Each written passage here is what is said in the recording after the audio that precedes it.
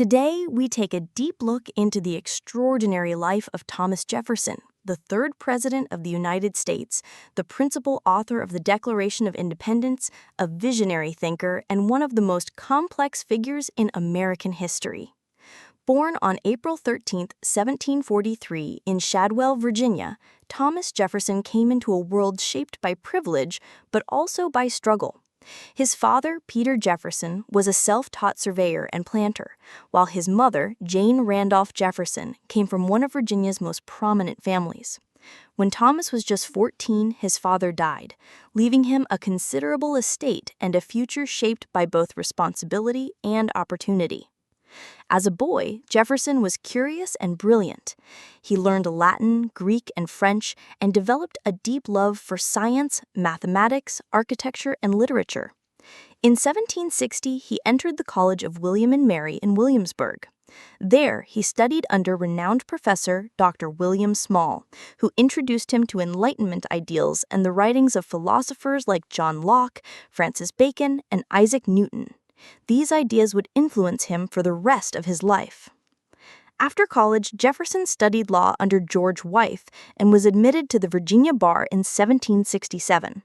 As a lawyer and a member of the Virginia House of Burgesses, he quickly made a name for himself as a skilled writer and a thoughtful, progressive political mind. In 1772, Jefferson married Martha Wales Skelton, a wealthy widow. Their marriage was affectionate, and they had 6 children, though only 2 daughters survived to adulthood. Her death left a permanent scar on his heart. As tensions between the American colonies and Britain escalated, Jefferson stepped onto the national stage.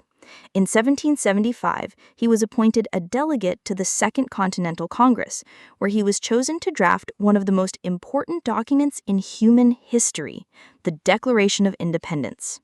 In just 17 days, Jefferson penned the first draft. His words, "We hold these truths to be self-evident that all men are created equal," would echo across the centuries. The document, adopted on July 4, 1776, established the American colonies as free and independent states. Yet Jefferson's declaration, so noble in principle, stood in stark contrast with reality. Like many of his contemporaries, Jefferson was a slave owner. Despite writing about equality and liberty, he kept hundreds of people enslaved at his estate, Monticello. This contradiction would become one of the most debated aspects of his legacy. After independence was declared, Jefferson returned to Virginia and worked to reform its government. He helped draft the Virginia Statute for Religious Freedom, passed in 1786, which disestablished the Church of England and became a foundational text for American religious liberty. In 1785, Jefferson succeeded Benjamin Franklin as the U.S. Minister to France. Living in Paris during the final years of the French monarchy, Jefferson observed the rise of revolution with both hope and caution. He admired the French people's desire for freedom, but feared the chaos that followed. When he returned to the United States in 1789, he was appointed the first Secretary of State by President George Washington. During this time, 2 major political philosophies began to form. On one side were the Federalists, led by Alexander Hamilton, who favored a strong central government. On the other were the Democratic Republicans, led by Jefferson, who championed states' rights and an agrarian vision of America. Jefferson and Hamilton clashed fiercely over financial policy, foreign relations, and the role of government. Though both men sought the nation's success, their differences laid the foundation for America's 2-party system.